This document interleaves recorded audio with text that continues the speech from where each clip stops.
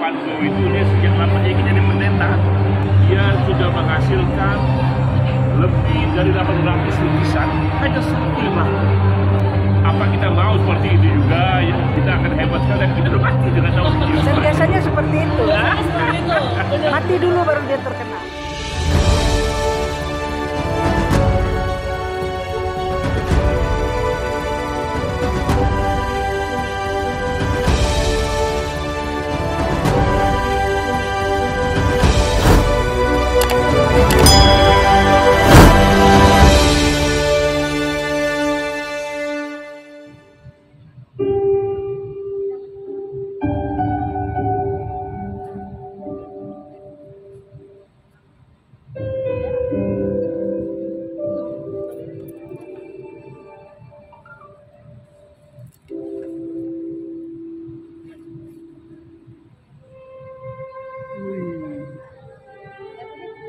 Dan itu bisa juga tuh dan di dalam video dia mendukung.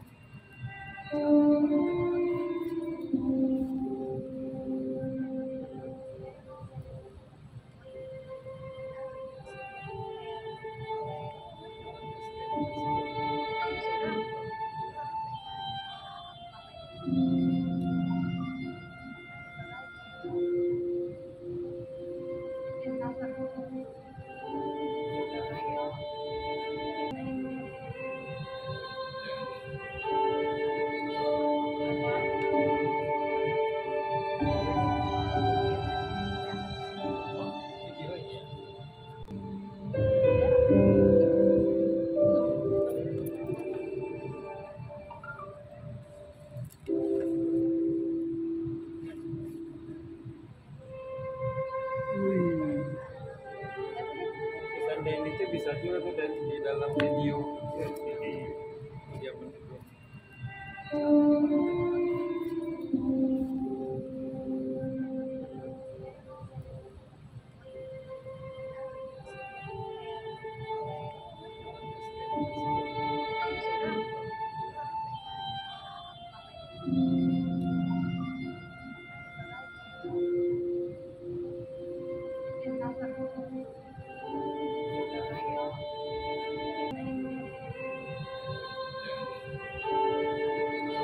Ya doa kita akan tercapai, kita minta ampun sedihnya, kita merasa bencana datang, tapi lewat sekian lama kita bersyukur itu tidak terkabul, karena ternyata justru karena nggak terkabul dia dapatkan yang jauh lebih bagus lagi.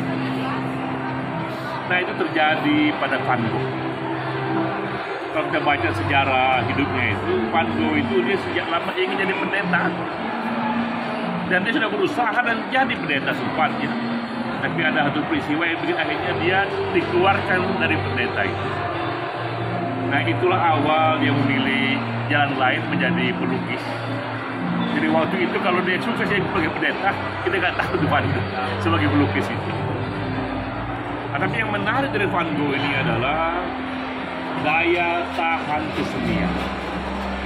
Itu yang menarik, tapi sekaligus juga tragis.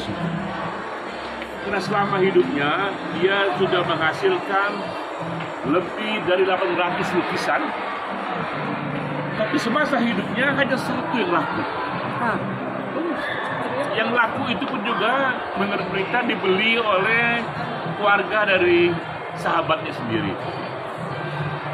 Dan dia hidup bergantung kepada Theo yang merupakan adiknya itu. Theo itulah adiknya yang memberikan dukungan finansial kepada Van Gogh. Nah dia ikut dalam banyak sekali kegiatan seni lukis, dia punya banyak teman-teman pelukis juga. Tapi teman-teman mengatakan bahwa lukisan kau ini tidak lazim. Dan jika kau bertahan dengan seperti ini, tidak ada yang membeli karena ini tidak lazim, tidak populer, tidak disukai. Nah disitulah Van Gogh mengambil risiko, tapi juga tragis juga. Karena dikatakan di sana bahwa saya melukis ini karena saya ingin melukis sesuai dengan apa yang saya rasakan. Sisanya saya nggak peduli. Nah, akibatnya itu terjadi. Dia melukis, dicerca oleh banyak kritikus di zamannya. Jadi kritikus juga menyertai lukisan dia tuh. nggak ada yang beli juga, sehingga dia jatuh miskin, tergantung kepada adiknya itu. Dia pun mati kemudian.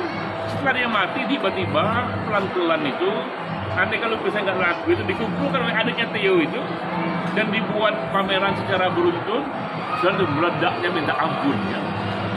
Jadi meledak justru di era dia udah mati itu. Jadi dia pertanyaan dia bagi kita seorang kreator ini, apa kita mau seperti itu juga ya? Beresiko kita akan hebat sekali, tapi kita udah mati dengan tahu dia. Dan biasanya seperti itu. Mati dulu baru dia terkenal. Jadi pertama dari dia yang unik itu adalah dia beresiko itu, tapi sebenarnya nggak tahan juga mentalnya. Nggak sekuat yang kita duga ya. Dia mengalami mental breakdown, dan itu yang bikin dia mengalami ilusi. Tapi akhirnya dia potong itu kupingnya sendiri, dan pun dia matinya diduga dia bunuh diri. Dan yang menarik tadi nggak kelihatan di lukisan yang digital, tapi ada di pameran tadi. Itu dia bikin lukisan tentang Dr. Gaucher. Itu lagi begini orang lagi nih. Itu lukisan dia yang paling mahal dalam sejarah, 83 miliar dolar, kira 1,2 triliun rupiah itu.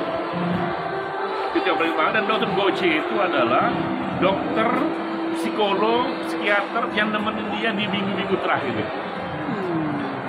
Nah, Dr. Gaucher juga yang memberikan saran kepada Van Gogh untuk masuk ke rumah sakit jiwa. Jadi Van Gogh ini dalam hidupnya dia pernah tinggal di rumah sakit jiwa selama sekitar setahun itu. Nah, Dr. Gaucher ngomong ke orang rumah sakit itu, ini orang ini memang mengalami gangguan mental, tapi dia punya bakat yang bagus sekali. Mohon diberikan ruangan yang membuat dia bisa melihat jendela keluar itu.